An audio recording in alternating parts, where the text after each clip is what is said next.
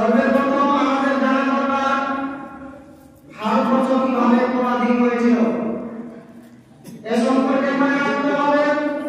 প্রাচীন কাল থেকে ভারতবর্ষ ছিল একটি উন্নত দেশ। ভারতের তৈরি কাপড় ও অন্যান্য জিনিসপত্র খুবই বিখ্যাত ছিল। ভারতের কোনো দ্রব্য বিভিন্ন দেশে বহুমূল্যে ব্যাপকভাবে বিক্রি হতো।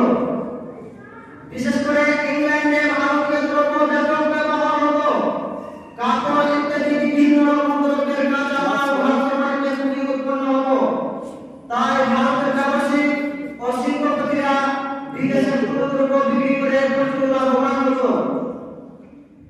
ইংল্যান্ডের কাছে বিষয় ছিল লাভনীয়, তাই তারা ব্যবসার উদ্দেশ্যে ভারতে আসে আর ভারত থেকে বেশি পুঁজি সংগ্রহ করে তাই ইংল্যান্ডে পাঠায়।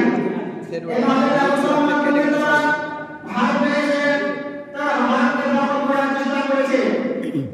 এইভাবে ভারতে এসে তারা ভারতের জনগণকে তারা আঘাত করে ভারতকে তারা লুট করে ইংল্যান্ড নিয়ে যাওয়ার বাসনা লাগিয়েছিল।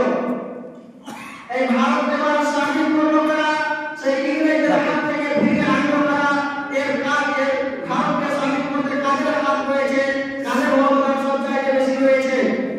এ সম্পর্কে ভারত স্বাধীনতা সংগ্রামে মুসলিমদের অবদান স্বর্ণের অক্ষরে লিখে রাখার মতো। মুসলমানেরা যেভাবে দেশপ্রেমী আগ্রহ ও উদ্দীপনা ও বাহাদুরের সঙ্গে জীবন প্রাণ উৎসর্গ করে স্বাধীনতা সংগ্রামে অংশগ্রহণ করেছিলেন তার উদাহরণ হিন্দুস্তানের পুরো ইতিহাসে দ্বিতীয় নেই। ইতিহাস সাক্ষী হিন্দুস্তানের স্বাধীনতার জন্য মুসলমানেরাই সর্বপ্রথম বিদ্রোহের পতাকা উঠে করেছিলেন। মুসলমানেরাই সর্বপ্রথম স্বাধীনতার মশাল জ্বালিয়েছিলেন। এই মশাল স্বাধীনতা বিপ্লবে শুরু হলে অন্যরা এসে আন্দোলনে সামিল হয়। বলা হয় থাকে 1957 সালে স্বাধীনতা সংগ্রাম শুরু হয়েছিল। এই কথাটি সম্পূর্ণ ভুল। কারণ ইংরেজ হাইনাদের নাপাক অধিকার বুঝতে পেরে বিশেষ করে হিন্দুস্তানের ওলামায়ে আরো আগে থেকে স্বাধীনতার জন্য লড়াই শুরু করে দিয়েছিলেন।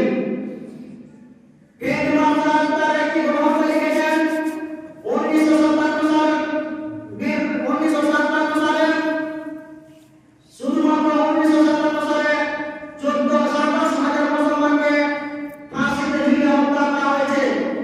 এইগুলো কি মুসলমানের অবদান নয়? শুধুমাত্র 27,000 মুসলমানকে ফাঁসিতে ঝুলিয়ে হত্যা করা হয়েছে। থামাস একটি গ্রন্থ লিখছে, আমি যখন দিল্লিতে পৌঁছাই আমি একবার দিল্লি গিয়েছিলাম। সেই দিল্লিতে গিয়ে দেখলাম সড়কের প্রত্যেকটি গাছে আলেমদের লাশ ঝুলতে দেখা গিয়েছে। থামাস আরো বলছে যে আমি একটা ক্যাম্পে অবস্থান করেছিলাম। সেই ক্যাম্পে গেলাম, সেখানে আমার নাকে মানুষের মাংসের পুরো দুর্গন্ধ নাকে আসছিল।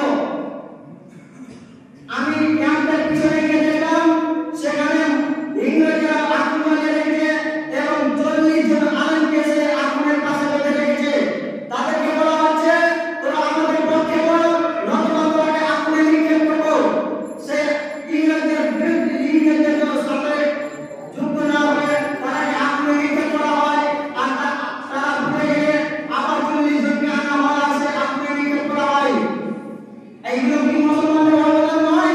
এতগুলো শহীদ হওয়ার পরে আজ আমরা ইতিহাসের পাতায় মুসলিম সংগ্রামীদের নাম খুঁজে পাই না। টিপু সুলতান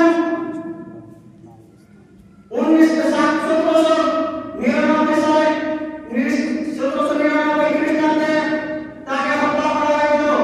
টিপু সুলতান এমন একটি ভারতের ব্যক্তি ছিলেন তাকে ইংরেজরা সবচেয়ে বেশি ভয় পেত।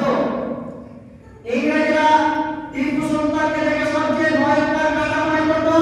সেই টিপু সুলতানকে শাহাদাত করার পর, সেই টিপু সুলতানকে হত্যা করার পর ইংরেজরা একটা ঘোষণা করেছিল, আজ থেকে হিন্দুস্তান আমাদের, আজ থেকে ভারতবর্ষ আমাদের।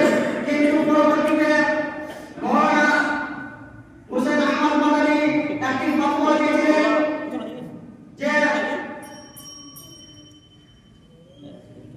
শেষবেলা